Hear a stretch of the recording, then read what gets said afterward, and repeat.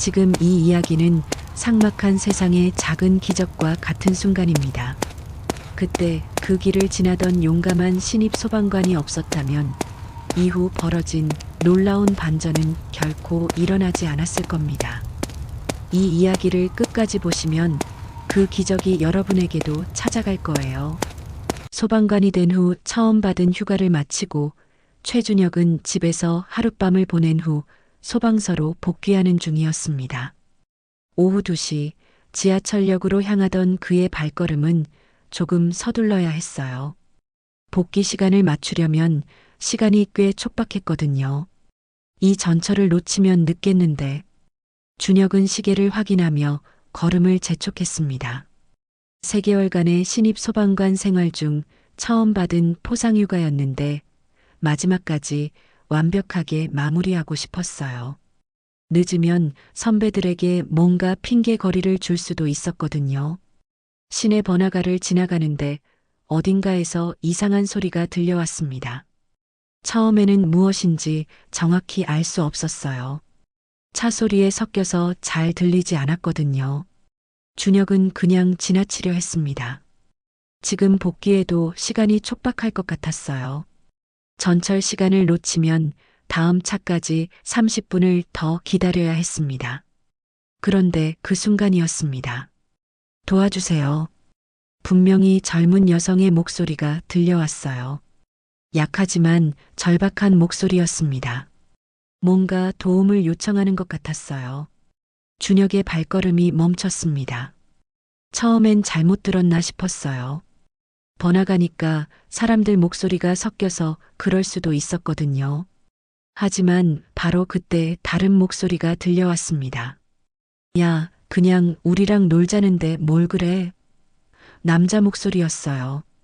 거칠고 위협적인 톤이었습니다. 준혁의 온몸에 경고음이 울렸어요. 이건 명백히 잘못된 상황이었습니다. 뭐야? 저게 무슨 상황이지? 준혁은 더 이상 망설이지 않았습니다. 복귀고 뭐고 지금 당장 누군가가 위험에 처해 있는 것 같았어요. 그 순간 소리가 나는 쪽으로 달려갔습니다. 소리는 큰 길에서 벗어난 좁은 골목에서 나고 있었어요. 평소 사람들이 많이 다니지 않는 곳이었습니다. 준혁이 골목 입구에 다가가자 충격적인 상황이 눈에 들어왔어요. 한 20대 여성이 골목 안쪽 바닥에 쓰러져 있었습니다. 20대 중반으로 보이는 깔끔한 차림의 직장인 같은 여성이었어요. 얼굴이 창백했고 한 손으로 가슴 부근을 움켜쥐고 있었습니다. 숨을 가쁘게 쉬는 모습이 심상치 않아 보였어요. 그런데 더 충격적인 건 그 주변에 서 있는 4명의 남자들이었습니다. 20대 후반에서 30대 초반 정도로 보이는데 모두 험악하게 생겼어요. 얼굴에 상처 자국이 있는 남자가 가운데 서 있었고 양옆으로는 문신을 한 남자들이 서 있었습니다. 이들은 쓰러진 여성을 도우려 하지 않았어요. 오히려 귀찮아하는 표정으로 서 있었습니다. 에이, 귀찮게 우리가 뭘 했다고 이래? 그 가운데 서 있던 남자가 짜증스럽게 중얼거렸어요. 형님, 그냥 두고 가면 안 될까요? 우리랑 상관없잖아요. 맞아. 괜히 복잡하게 만들지 말고. 준혁은 이 상황을 보며 분노가 치밀어 올랐어요. 저렇게 명백히 도움이 필요한 사람이 있는데 그냥 방관하다니. 더군다나 여러 명이서 한 사람도 못 도와준다는 게 말이 되나요? 저기요. 준혁이 골목 안으로 걸어 들어가며 큰 소리로 외쳤습니다. 4남자가 모두 그쪽으로 고개를 돌렸어요. 소방관복을 입은 건장한 젊은 남성이 당당하게 걸어오는 모습에 잠시 당황한 것 같았습니다.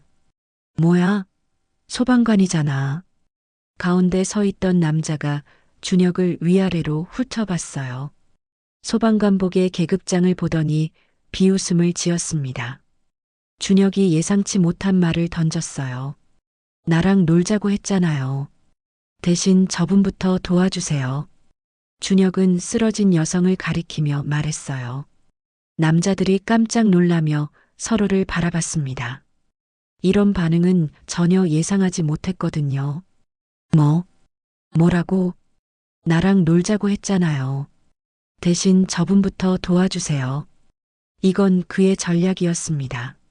상대방의 관심을 자신에게 돌려서 여성을 보호하려는 거였어요. 하지만 남자들의 반응은 예상과 달랐습니다. 이상한데. 뭔데 갑자기 무슨 놈의 소방관이 이런 식으로 나오냐? 남자들이 당황해하면서도 경계심을 드러냈어요. 이런 상황은 처음이었거든요. 준혁은 더 이상 시간을 끌 수 없다고 판단했습니다.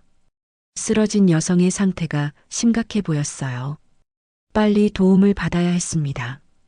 119를 불러야겠어요. 지금 당장. 준혁이 휴대폰을 꺼내자 남자들의 표정이 급변했어요. 뭐해? 당장 거기서 안 비켜. 가운데 남자가 갑자기 목소리를 높였습니다. 준혁을 향해 성큼 다가왔어요. 여기는 우리 구역이야. 우리가 뭘 했다고 얘가 이러는 거야? 구역이 어떻든 사람 목숨이 먼저죠. 준혁은 한 발자국도 물러서지 않았습니다. 오히려 쓰러진 여성에게 더 가까이 다가갔어요. 껴야 할 때 껴. 내가 알아서 할 테니까. 남자가 준혁을 밀치려 했습니다. 하지만 준혁은 재빠르게 피했어요. 소방서에서 받은 기본 구조 훈련이 도움이 됐습니다. 지금 이분 상태가 심각해 보이는데요. 준혁이 여성의 맥박을 확인해 봤습니다. 맥박이 불규칙하고 약했어요. 얼굴도 창백해서 상당히 위험한 상태 같았습니다. 괜찮으세요? 의식은 있으세요? 여성이 힘겹게 고개를 끄덕였어요. 하지만 말하기조차 힘들어하는 것 같았습니다. 그때 준혁의 머릿속에 번뜩 떠오른 게 있었어요. 근처에 병원이 있었지. 119를 기다릴 시간도 없었습니다. 여성의 상태로 봐서는 1분 1초가 급했어요. 바로 옆 블록에 종합병원이 있다는 걸 기억해냈습니다. 제가 데려다 드릴게요. 준혁은 더 이상 망설이지 않았어요. 남자들이 뭐라고 하든 상관없었습니다. 사람 목숨이 먼저였거든요. 뭐 하는 거야? 남자들이 소리쳤지만 준혁은 이미 행동에 옮기고 있었어요. 쓰러진 여성을 조심스럽게 업었습니다. 잠깐만요. 곧 병원 도착할 거예요. 여성은 준혁보다 약간 작은 체구였지만 의식을 잃은 상태라 무거웠어요. 하지만 준혁은 3개월간의 체력 훈련 덕분에 충분히 감당할 수 있었습니다. 어디 가는 거야? 우리 말 못 들었어? 남자들이 준혁을 가로막으려 했지만 준혁은 과감하게 그들을 밀치고 지나갔어요. 예상치 못한 준혁의 행동에 남자들이 순간적으로 당황한 틈을 타는 거였습니다. 비켜주세요. 응급환자예요. 준혁이 큰 소리로 외치며 골목을 빠져나왔어요. 여성을 업고 뛰는 모습이 너무나 절실해 보였습니다. 골목을 나온 준혁은 병원 방향으로 전력 질주했어요. 소방관복을 입고 사람을 업고 뛰는 모습에 길가의 사람들이 놀라서 쳐다봤습니다. 병원 어디죠? 지나가는 사람에게 물어보며 뛰었어요. 친절한 시민이 방향을 알려줬습니다. 저기 건물, 빨간 십자가 보이죠? 감사합니다. 준혁의 이마에는 땀이 흘렀지만 발걸음은 멈추지 않았어요. 업고 있는 여성의 숨소리가 점점 약해지는 것 같아서 더욱 서둘렀습니다. 뒤에서 남자들이 따라오는 소리가 들렸어요. 어디 가는 거야? 하지만 준혁은 뒤돌아보지 않았습니다. 지금은 오직 병원에 도착하는 것만이 중요했어요. 3분 정도 뛰었을까요? 드디어 병원 응급실 입구가 보였습니다. 준혁은 마지막 힘을 내서 뛰었어요. 응급환자요. 도와주세요. 응급실 문을 열고 들어가면서 큰 소리로 외쳤습니다. 간호사들이 놀라서 달려왔어요. 어떻게 된 거예요? 길에서 쓰러져 있어서 업고 왔어요. 의식이 희미하고 맥박이 불규칙해요. 준혁이 상황을 간단히 설명하자 간호사들이 즉시 들것을 가져왔습니다. 여성을 들것에 옮기고 응급실 안으로 들어갔어요. 보호자? 아니요. 지나가다 도와드린 거예요. 그래도 상황을 아시니까 잠시만 기다려주세요. 준혁은 응급실 밖 대기실에 앉았어요. 긴장이 풀리니 온몸에 힘이 빠졌습니다. 하지만 안도감이 더 컸어요. 제때 병원에 데려온 것 같았거든요. 그때 응급실 밖으로 아까 그 남자들이 나타났어요. 하지만 병원이라는 공간에서는 함부로 뭔가 할 수 없었습니다.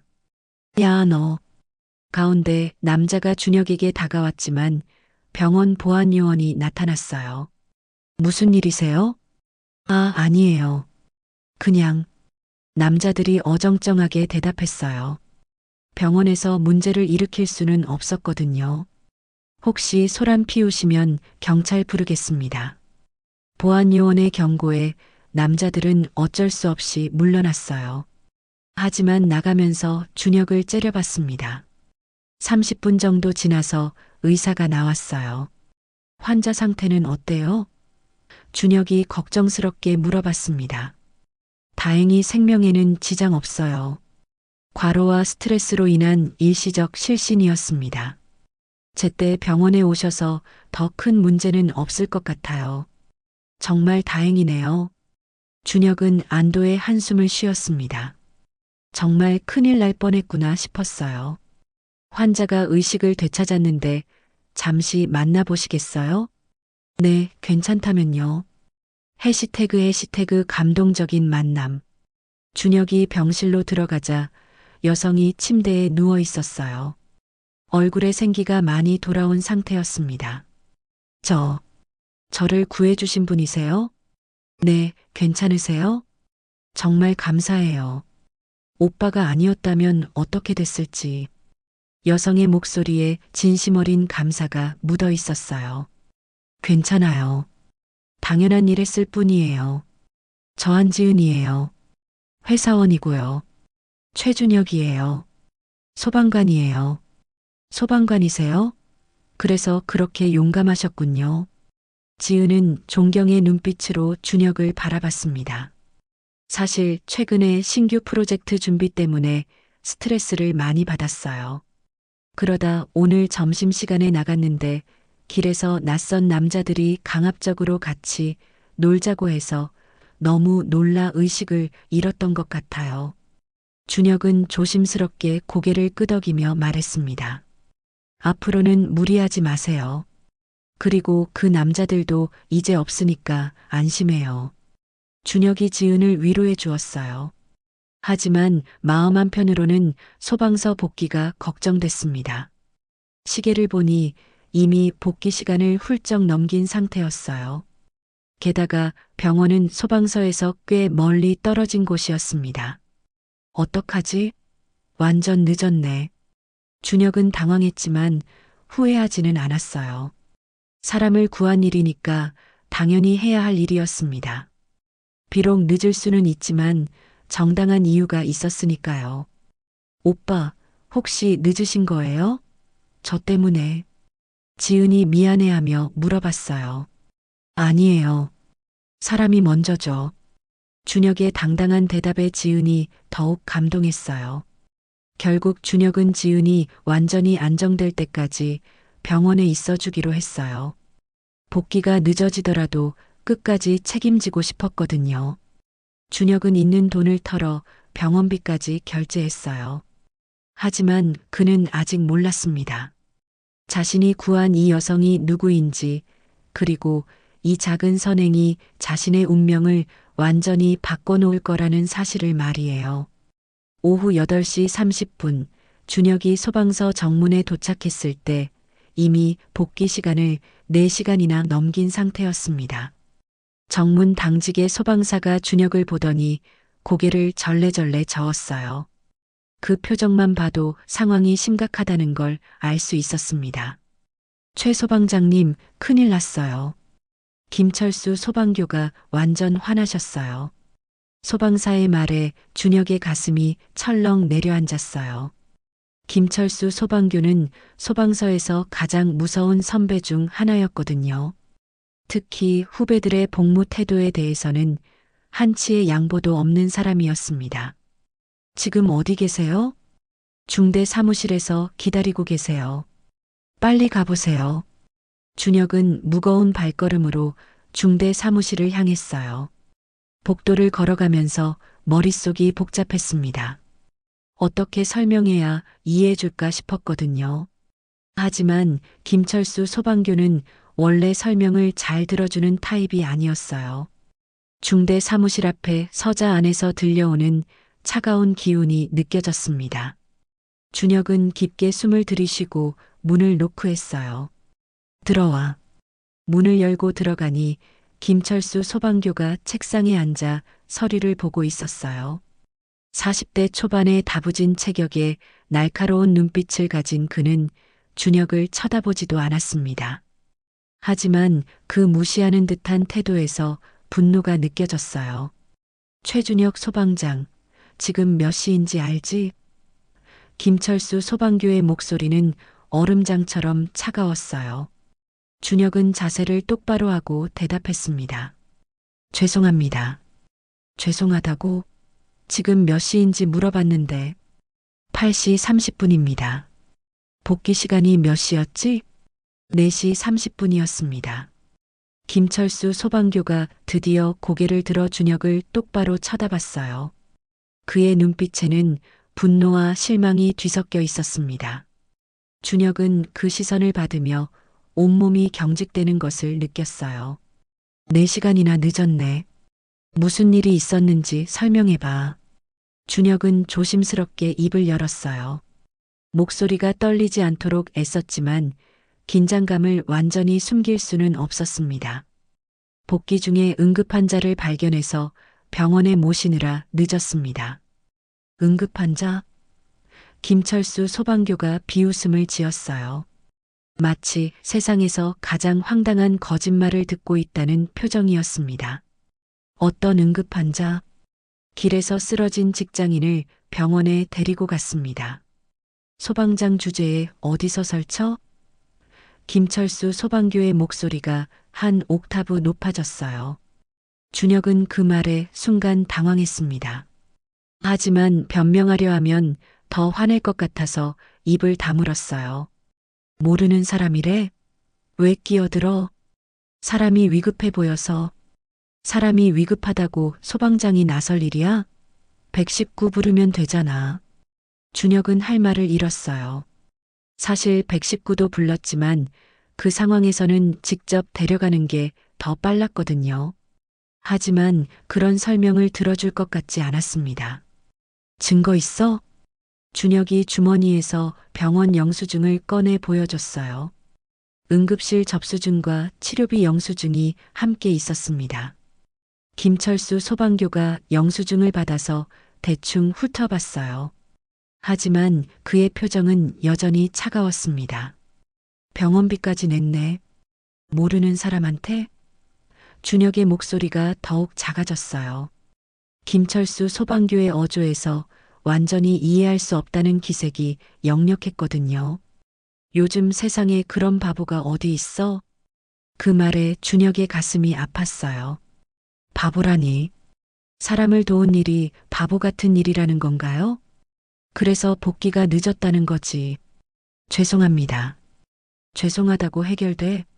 규정은 뭐하러 있는 거야? 김철수 소방교가 책상을 탁 쳤어요.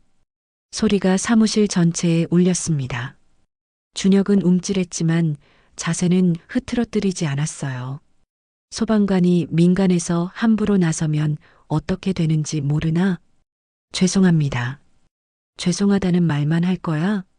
준혁은 더 이상 뭐라고 말해야 할지 몰랐어요.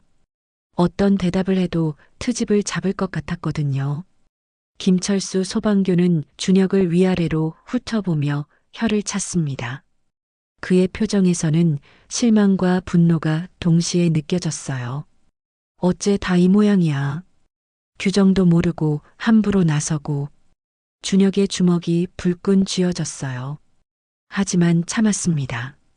계급사회인 소방서에서 선배에게 대들 수는 없었거든요. 앞으로 이런 일 없도록 해. 네, 알겠습니다.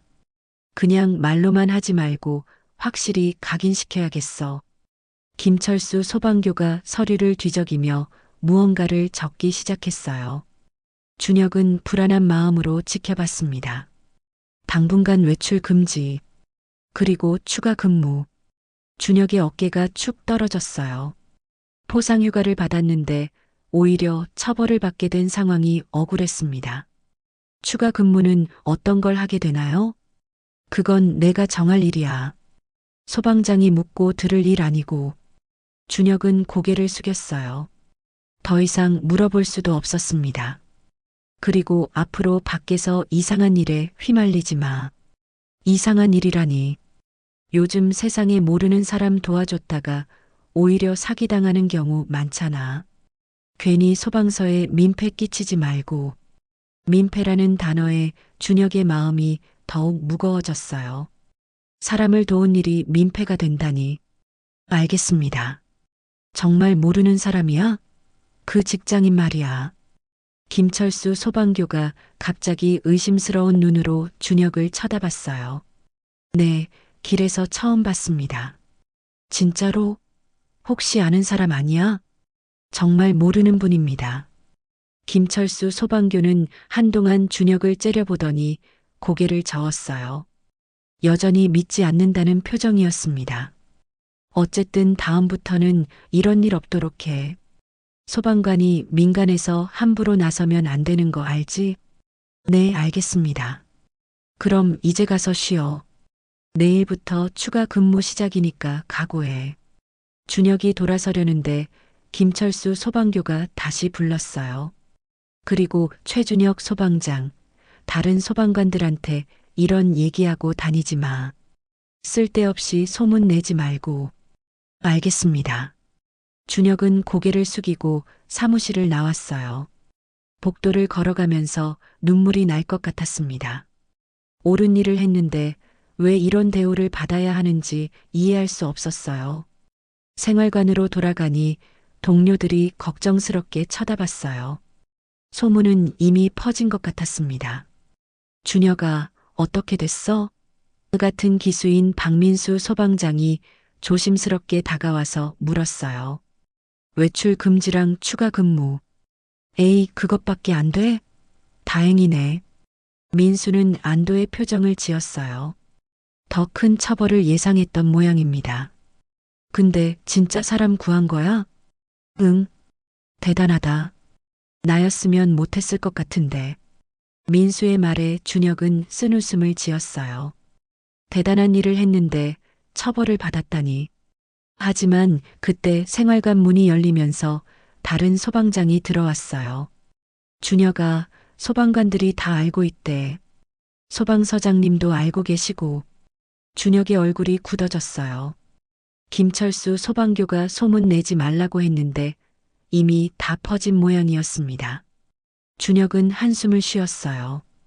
결국 소방서 전체가 이 일로 시끄러워질 것 같았습니다. 그날 밤 준혁은 잠을 제대로 이루지 못했어요. 김철수 소방교의 차가운 시선과 바보, 민폐라는 말들이 계속 머릿속을 맴돌았거든요. 정말 내가 잘못한 걸까? 하지만 금세 고개를 저었습니다. 사람을 구한 일에 대해 후회할 이유는 없었거든요. 비록 처벌을 받긴 했지만 자신의 선택이 옳았다는 확신은 변하지 않았어요. 다만 아쉬운 건 아무도 자신의 행동을 제대로 이해해주지 않는다는 거였어요. 모두들 규정과 절차만 중요하게 생각할 뿐 정작 중요한 건 잊고 사는 것 같았습니다. 다음 날 아침 준혁은 일찍 일어나서 추가 근무를 준비했어요. 김철수 소방교가 무슨 일을 시킬지 모르지만 불평하지 않고 성실히 해낼 생각이었습니다. 하지만 그는 아직 몰랐어요. 자신이 구한 그 직장인이 누구인지, 그리고 이 일이 곧 엄청난 반전을 가져다 줄 거라는 사실을 말이에요. 그 일이 있은 후 소방서 내부에서는 여기저기 수군거림이 끊이지 않았습니다. 준혁의 이야기가 입에서 입으로 전해지면서 점점 부풀려졌어요. 어떤 사람은 동정적으로, 어떤 사람은 비판적으로 바라봤습니다. 최준혁 소방장이 민간에서 설쳤다면서 직장인 구했다는데 진짜일까? 요즘 세상에 그런 바보가 어디 있어? 복도를 지나가면 준혁을 바라보는 시선들이 따가웠어요. 호기심 어린 눈빛도 있었지만 대부분은 차가운 시선이었습니다. 특히 선배들의 반응은 싸늘했어요. 소방장 주제에 소방서를 자기 집 안방인 줄 아나? 시간 개념도 없이 들락날락하고 복귀 시간이 뭐하러 있는 건지 모르겠어. 준혁을 보는 시선이 점점 차가워졌습니다. 정확한 이유는 모르지만 복귀에 늦었다는 사실만으로도 충분히 비판받을 이유가 됐어요. 소방서에서는 규정이 무엇보다 중요했거든요. 준혁의 소방관 생활이 더욱 힘들어졌습니다. 그 일이 이렇게 커질 줄은 정말 몰랐어요. 단순히 사람을 도운 일인데 왜 이렇게 복잡해지는지 이해할 수 없었습니다. 훈련의 강도와 난이도도 달라졌어요. 김철수 소방교는 준혁에게 특별히 더 까다로운 기준을 적용했습니다. 다른 소방관들보다 훨씬 빡빡한 일정을 소화해야 했어요. 최준혁 소방장, 오늘 새벽 5시부터 소방서 전체 청소. 최준혁 소방장, 점심시간 없이 추가 업무 처리. 최준혁 소방장, 주말에도 당직 근무. 매일 이런 식이었습니다. 준혁은 하루 종일 쉴 틈이 없었어요. 다른 동기들이 여가 시간을 보낼 때 준혁은 혼자서 추가 업무를 해야 했습니다. 어느 날 오후 준혁이 혼자서 중대 사무실 정리를 하고 있을 때였어요. 김철수 소방교가 들어왔습니다. 거의 다 끝나갑니다. 거의는 안 끝난 거잖아. 김철수 소방교의 목소리에는 차가운 기운이 감돌았어요. 준혁은 고개를 숙인 채 더 열심히 정리했습니다. 근데 말이야. 김철수 소방교가 준혁 옆에 다가왔어요. 요즘 기분이 어때? 네. 힘들지 않아? 이렇게 매일 추가 업무하니까. 준혁은 대답하기 어려웠어요. 힘들다고 하면 더 괴롭힐 것 같았고, 괜찮다고 하면 더 일을 시킬 것 같았거든요. 괜찮습니다. 괜찮다고? 정말? 김철수 소방교의 입꼬리가 살짝 올라갔어요. 마치 기다렸다는 듯한 표정이었습니다. 그럼 앞으로도 계속 할 수 있겠네. 사실 김철수 소방교는 한편으로는 내심 잘 됐다는 생각을 하고 있었어요. 항상 모든 능력이 뛰어났던 준혁이 예쁘게 보이지만은 않았거든요. 자신을 치고 올라갈 기세였어서 항상 신경이 곤두서 있었던 상황이었습니다. 준혁은 소방관으로 임관한 지 얼마 안 됐는데도 업무 능력이 뛰어났어요. 체력도 좋고 성격도 성실했습니다. 후배들 사이에서도 인기가 많았고 상급자들에게도 인정받고 있었어요. 김철수 소방교에게는 그런 준혁이 부담스러웠습니다. 자신의 위치가 위협받는 느낌이었거든요. 이때다 싶었어요. 준혁을 확실히 눌러놓을 기회라고 생각했습니다. 최준혁 소방장은 원래부터 튀는 걸 좋아했으니까. 그런 게 아닙니다. 아니라고? 그럼 뭐야? 왜 밖에서 설치고 다녀? 준혁은 할 말을 잃었어요. 어떻게 대답해도 꼬투리를 잡을 것 같았거든요. 그런 상황에서도 준혁은 꿋꿋하게 버텼습니다. 매일 새벽부터 밤늦게까지 일하면서도 불평하지 않았어요. 억울하고 힘들었지만 자신이 한 일이 옳다는 확신만큼은 변하지 않았습니다. 동기들도 준혁을 걱정했어요. 하지만 섣불리 도와주기는 어려웠습니다.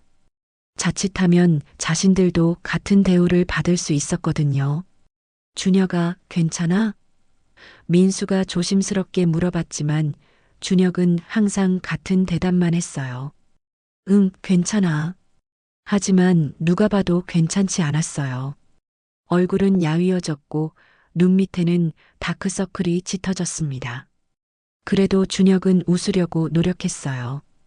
어느 날 저녁 준혁이 생활관에서 쉬고 있을 때였습니다.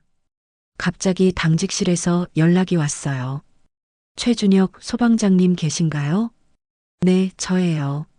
면회 신청이 들어왔는데요. 준혁은 깜짝 놀랐어요. 누가 자신을 면회 신청했을까요? 가족들은 집이 너무 멀어서 올 수 없는 상황이었거든요. 누구시라고 하던가요?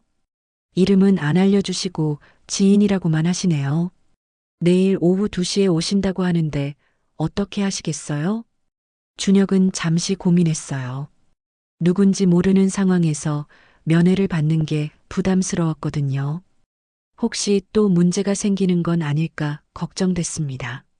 하지만 거절하기에는 너무 궁금했어요. 대체 누가 자신을 찾아오는 걸까요? 네, 알겠습니다. 그럼 내일 오후 2시에 면회실로 오세요.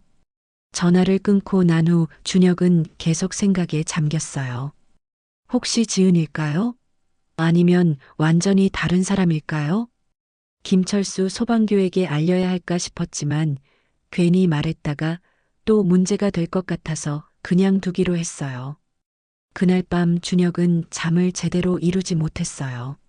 내일 누가 올지, 왜 찾아오는지 궁금해서 계속 뒤척였습니다. 한편 어딘가에서는 아무도 모르는 움직임이 있었어요. 높은 곳에서 이 소방서에 관심을 갖기 시작한 거였습니다. 하지만 아직 누구도 그 사실을 몰랐어요. 준혁도, 김철수 소방교도, 소방서의 다른 누구도 내일이 어떤 날이 될지 상상하지 못했습니다. 평범한 면회 하나가 모든 것을 바꿔놓을 거라는 사실을 말이에요. 내일 오후 2시 그 시간이 다가오고 있었습니다. 그리고 그 시간과 함께 준혁의 운명을 완전히 뒤바꿀 사건도 함께 다가오고 있었어요. 소방서의 고요한 밤이 지나가고 있었지만 곧 모든 것이 뒤바뀔 폭풍전야가 몰려오고 있었습니다. 오후 2시 준혁은 평소처럼 소방서 뒤편에서 혼자 추가 근무를 하고 있었어요. 창고 정리 작업이었는데 김철수 소방교가 시킨 일이었습니다. 다른 동기들은 모두 휴식 시간을 보내고 있을 때였죠. 휴? 언제 다 끝나려나? 준혁이 땀을 닦으며 중얼거렸을 때였어요. 갑자기 저 멀리서 헬기 소리가 들려왔습니다. 처음에는 그냥 지나가는 헬기인 줄 알았어요. 이 근처로는 가끔 소방 헬기가 지나다니거든요. 하지만 헬기 소리가 점점 가까워지더니 소방서 상공에서 맴돌기 시작했어요. 준혁은 고개를 들어 하늘을 쳐다봤습니다. 검은색 관용 헬기가 소방서 연병장 쪽으로 천천히 하강하고 있었어요. 뭐지? 왜 헬기가 우리 소방서에 착륙하지? 준혁뿐만 아니라 소방서 전체가 술렁이기 시작했어요. 연병장에서 훈련하던 소방관들도 모두 헬기를 쳐다보고 있었습니다. 예정에 없던 헬기 방문이었거든요. 헬기가 연병장에 착륙하자 먼지가 사방으로 날렸어요. 로터가 멈추고 나서야 정적이 흘렀습니다. 소방서 전체가 숨을 죽이고 지켜보고 있었어요. 헬기 문이 열리면서 정장을 입은 50대 남성이 내렸어요. 키가 크고 당당한 자세의 그 남성은 주변을 둘러보며 천천히 걸어 나왔습니다. 뒤이어 수행원들도 몇 명 따라 내렸어요.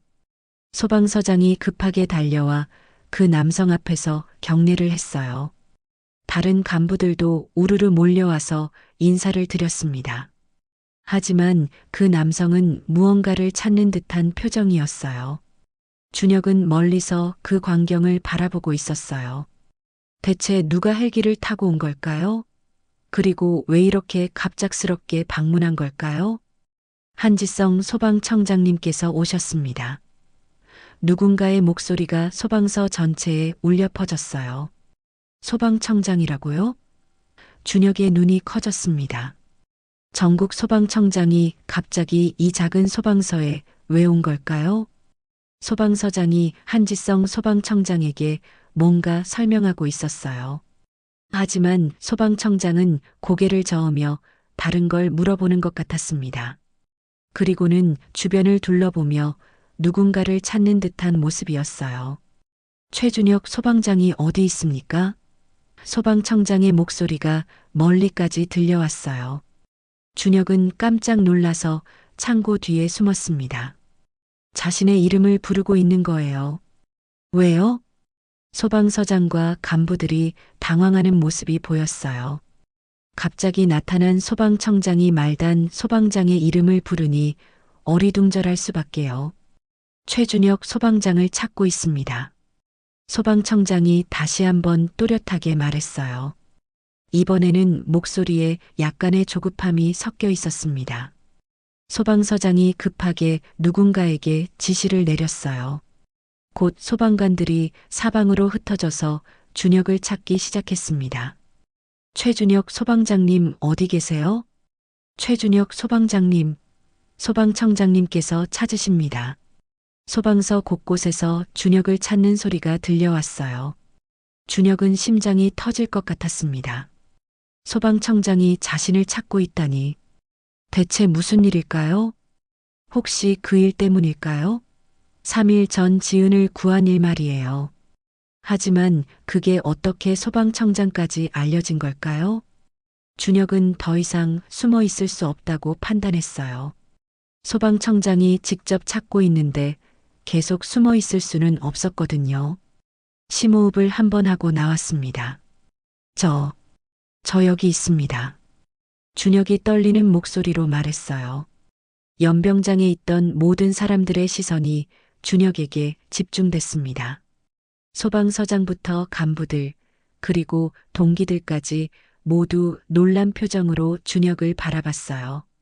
한지성 소방청장이 준혁을 보자 얼굴에 환한 미소를 지었어요. 그리고는 준혁을 향해 천천히 걸어왔습니다. 주변 사람들은 모두 당황한 표정이었어요. 최준혁 소방장님이시군요. 소방청장이 준혁 앞에 서서 정중하게 인사했어요. 준혁은 얼른 경례를 했습니다. 최준혁 소방장, 한지성 소방청장님께 경례. 고생 많으셨습니다. 소방청장이 경례를 받으며 따뜻하게 말했어요. 그의 목소리에는 진심 어린 감사가 묻어 있었습니다. 주변에서 지켜보던 사람들이 수군거리기 시작했어요. 소방청장이 말단 소방장에게 이렇게 정중하게 대하는 모습이 신기했거든요. 혹시 따로 이야기할 수 있을까요? 소방청장이 조심스럽게 물어봤어요. 준혁은 고개를 끄덕였습니다. 소방서장님, 잠시 사무실을 빌려주시겠습니까? 네, 물론입니다. 소방서장이 급하게 대답했어요. 그리고는 소방청장과 준혁을 중대 사무실로 안내했습니다. 사무실에 들어가자 소방청장이 문을 닫았어요. 준혁은 긴장한 채 똑바로 서 있었습니다. 편하게 앉으세요. 소방청장이 먼저 의자에 앉으며 준혁에게도 앉으라고 했어요. 준혁은 조심스럽게 앉았습니다. 최준혁 소방장님, 먼저 진심으로 감사드립니다. 소방청장이 깊게 고개를 숙였어요. 준혁은 깜짝 놀라서 일어나려 했지만 소방청장이 손짓으로 막았습니다. 앉아 계세요. 제가 감사 인사를 드리는 겁니다. 무슨 말씀이신지 준혁이 당황하며 말했어요. 소방청장이 자신에게 감사 인사를 한다니 이해할 수 없었습니다. 3일 전 시내에서 쓰러진 직장인을 구해주셨죠? 소방청장의 말에 준혁의 눈이 커졌어요. 역시 그 일 때문이었구나. 네, 그런 일이 있었습니다. 그 직장인이 제 딸입니다. 준혁은 입을 다물지 못했어요. 딸이라고요? 그럼 소방청장님이 지은 씨의 아버지라는 말인가요?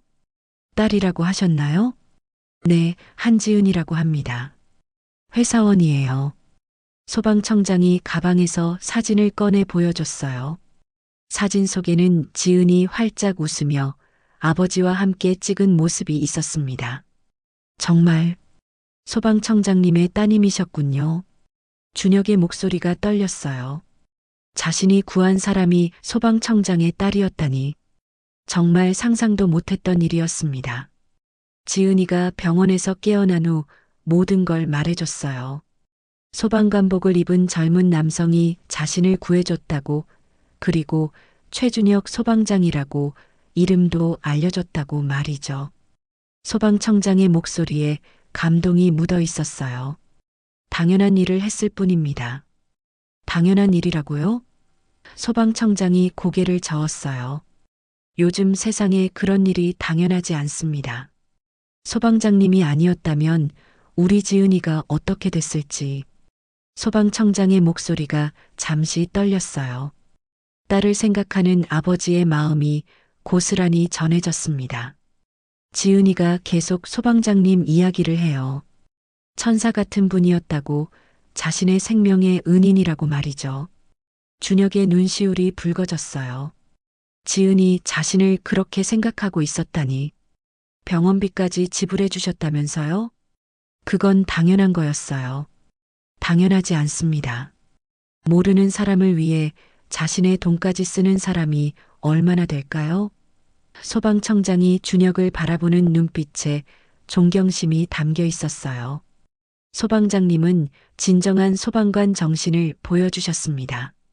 국민을 보호하는 것이 소방관의 임무인데 소방장님은 그것을 몸소 실천하셨어요. 준혁은 감동받았어요. 자신의 행동을 이렇게 높이 평가해 주다니. 그런데 소방서에서는 어떤 대우를 받고 계신가요?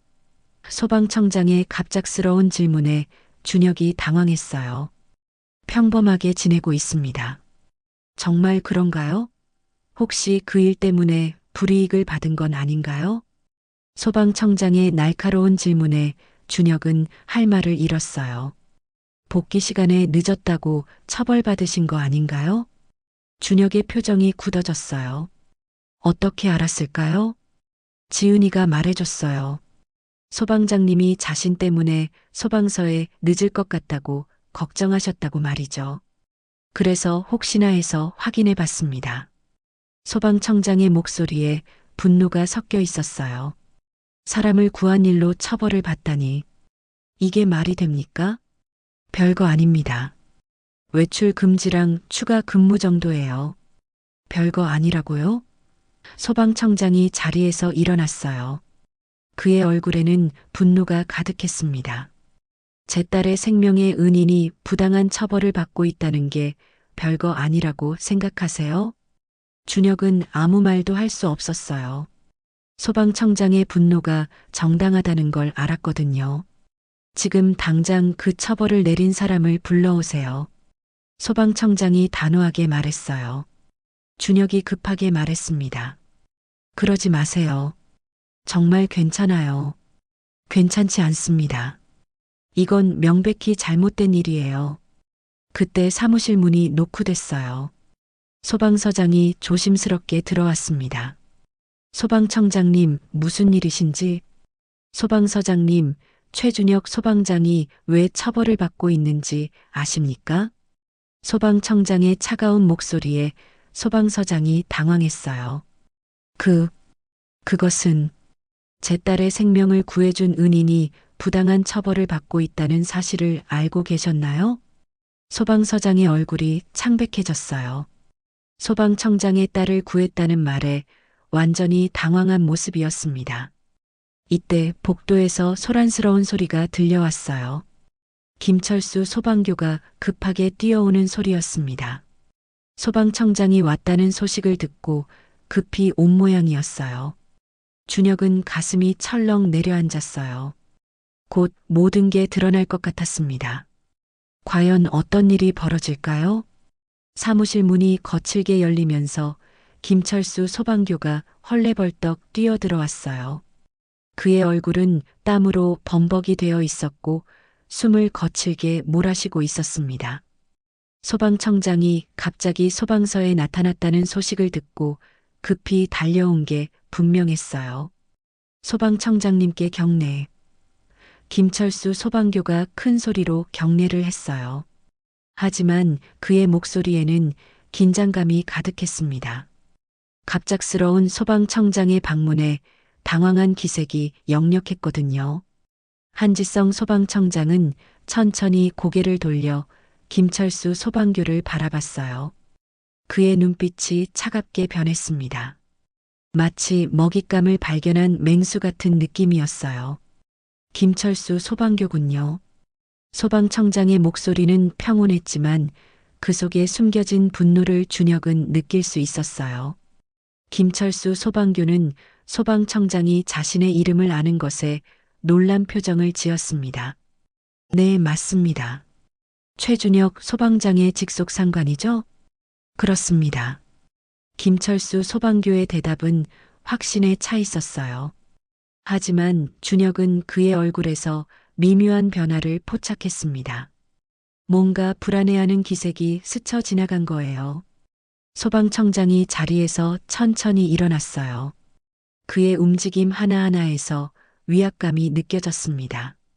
김철수 소방교의 어깨가 조금씩 경직되는 게 보였어요. 최준혁 소방장이 왜 추가 근무를 하고 있는지 설명해 보세요. 소방청장의 질문은 차분했지만 날카로웠어요. 김철수 소방교는 잠시 당황한 기색을 보이더니 곧 자세를 바로 했습니다. 복귀 시간을 어겨서 징계 차원에서 내린 조치입니다.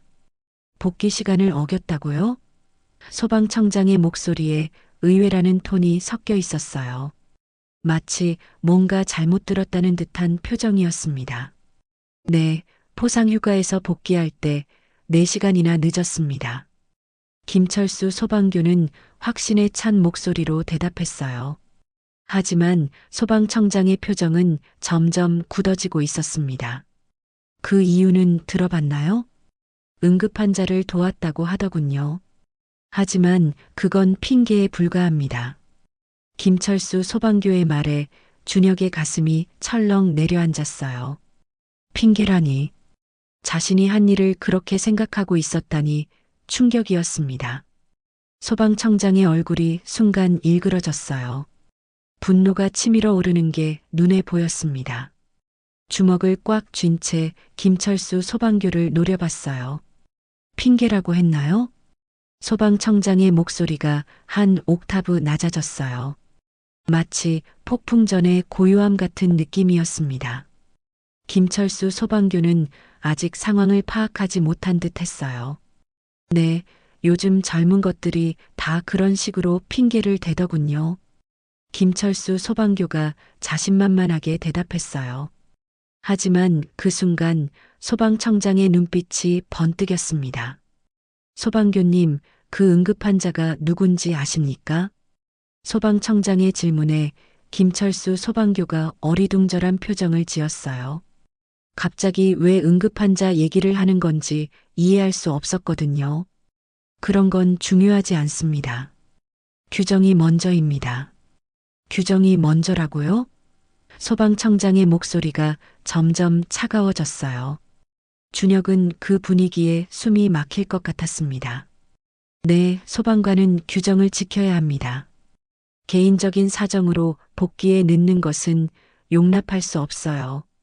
김철수 소방교는 여전히 자신의 주장을 굽히지 않았어요. 오히려 더 당당해 보였습니다. 한지성 소방청장이 한 걸음 앞으로 나아갔어요. 김철수 소방교와의 거리가 가까워지면서 압박감이 더욱 커졌습니다. 소방교님, 제가 왜 여기 왔는지 아십니까? 훈련 시차를 나오신 건 아닌가요? 김철수 소방교의 대답에 소방청장이 차갑게 웃었어요. 그 웃음에는 비웃음이 섞여 있었습니다. 최준혁 소방장을 만나러 왔습니다. 최준혁 소방장을요? 김철수 소방교의 목소리가 떨렸어요. 갑자기 상황이 이상하게 돌아가고 있다는 걸 느낀 거죠. 네, 제 딸의 생명을 구해준 은인을 만나러 왔어요. 소방청장의 말에 김철수 소방교의 얼굴이 창백해졌어요. 딸이 생명을 구했다고요? 그럼 그 응급환자가 소방청장님의 따님을요? 김철수 소방교의 목소리가 떨리기 시작했어요. 이제야 상황의 심각성을 깨달은 모양이었습니다. 그렇습니다. 최준혁 소방장이 구해준 직장인이 제 딸 한지은입니다. 소방청장의 말에 김철수 소방교가 뒤로 한 걸음 물러섰어요. 얼굴이 흙빛으로 변했습니다. 그런 일이 제 딸이 의식을 잃고 쓰러져 있을 때 최준혁 소방장이 나타나서 구해줬어요. 자신의 돈으로 병원비까지 지불하면서 말이죠. 소방청장의 목소리에 감정이 실렸어요. 딸을 구해준 은인에 대한 감사와 함께 그 은인을 함부로 대한 것에 대한 분노가 섞여 있었습니다. 그런데 그런 은인을 핑계쟁이 취급하면서 처벌했다고요? 소방청장의 목소리가 높아졌어요. 김철수 소방교는 말을 잃고 벌벌 떨고 있었습니다. 준혁은 그 광경을 보며 복잡한 감정에 휩싸였어요. 한편으로는 시원했지만 다른 한편으로는 김철수 소방교가 불쌍해 보이기도 했습니다. 죄송합니다. 제가 몰랐습니다. 김철수 소방교가 급하게 사과했어요. 하지만 소방청장의 분노는 쉽게 가라앉지 않았습니다. 몰랐다고요? 부하의 말을 제대로 들어보지도 않고 처벌부터 내렸다는 말입니까? 그건 김철수 소방교가 말을 잇지 못했어요. 변명할 여지가 없었거든요. 최준혁 소방장이 병원 영수증까지 제시했다면서요? 그런데도 핑계라고 생각했습니까? 소방청장의 추궁에 김철수 소방교는 고개를 숙일 수밖에 없었어요. 정말로 영수증을 확인하고도 핑계라고 생각했으니까요. 제가 잘못했습니다. 잘못했다고 해서 끝날 일이 아닙니다. 소방청장이 단호하게 말했어요. 그의 목소리에는 더 이상 용서는 없다는 의미가 담겨 있었습니다.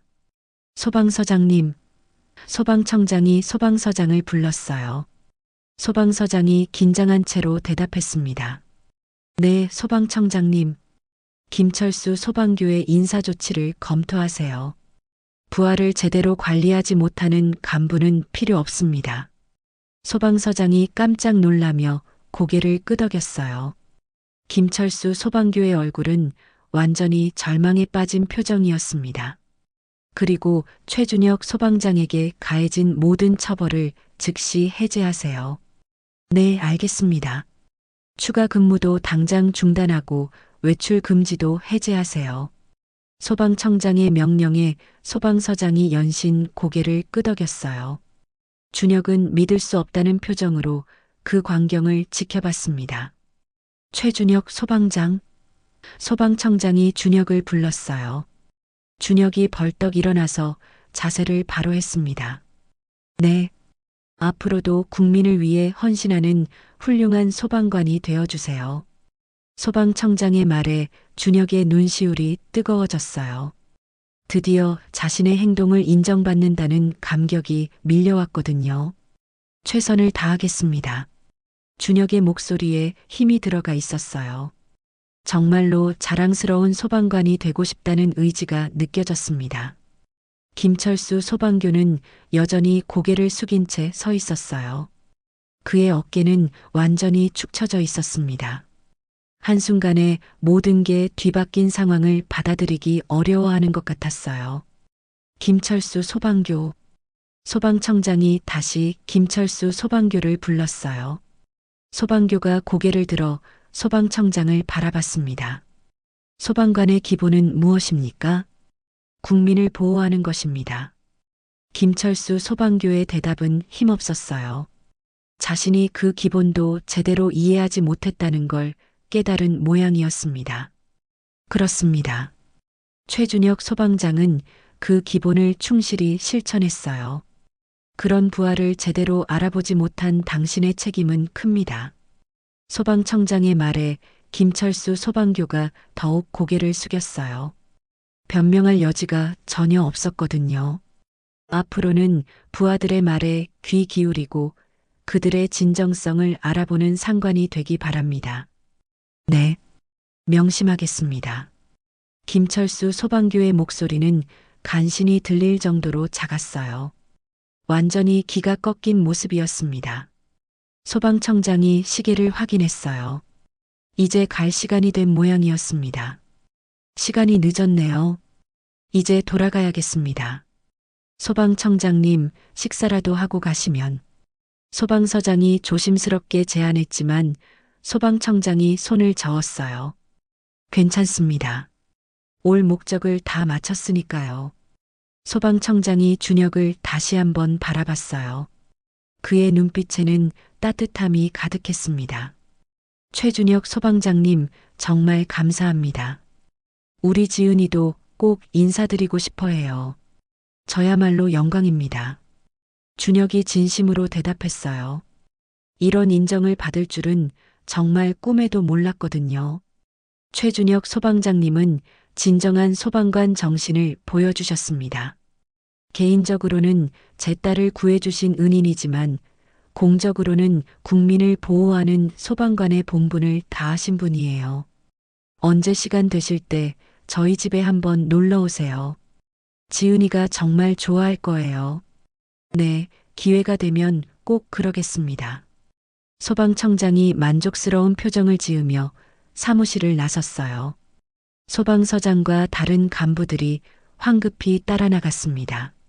사무실에는 준혁과 김철수 소방교만 남았어요. 둘 사이에 어색한 침묵이 흘렀습니다. 준혁은 가슴이 벅차올랐어요. 드디어 자신이 한 일이 인정받았다는 감동이 밀려왔거든요. 내가 한 일이 정말 옳았구나.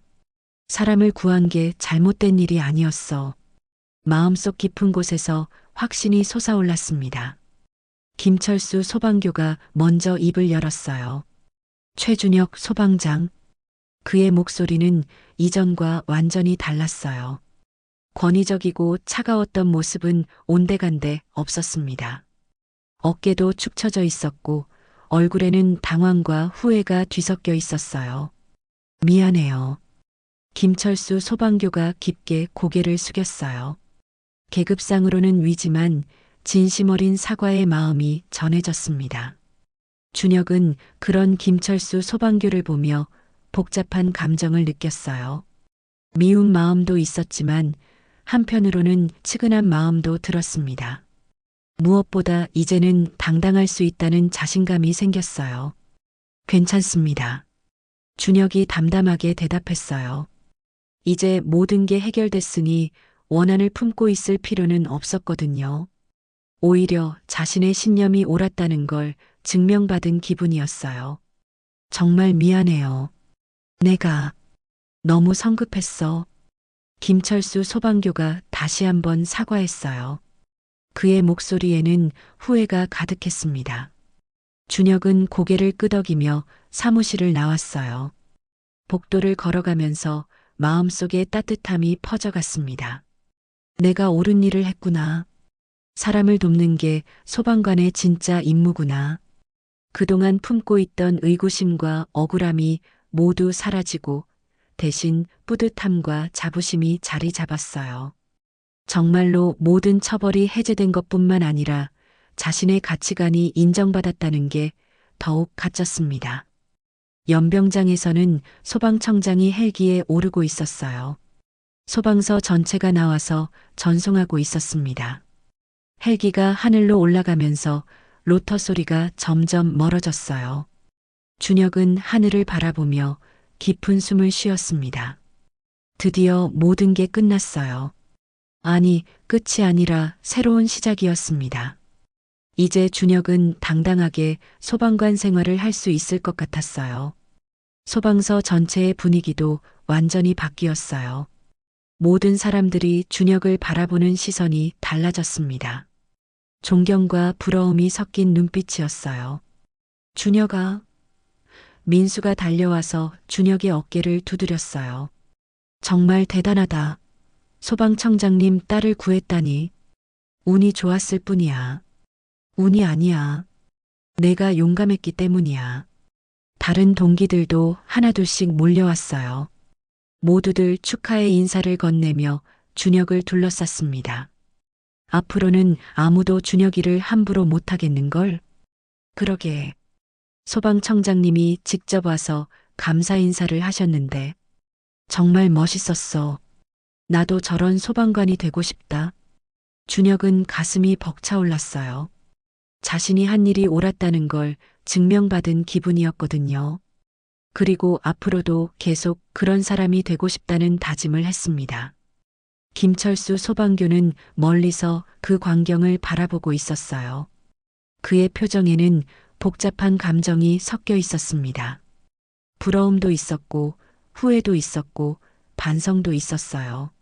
며칠 후 소방서에는 새로운 분위기가 자리 잡았습니다. 준혁의 이야기가 전국 소방서의 모범 사례로 소개되면서 많은 소방관들이 그를 롤모델로 삼게 됐어요. 준혁은 이전과 달라진 대우에도 불구하고 겸손함을 잃지 않았습니다. 오히려 더욱 열심히 훈련에 임했고 후배들을 따뜻하게 챙겨주었어요.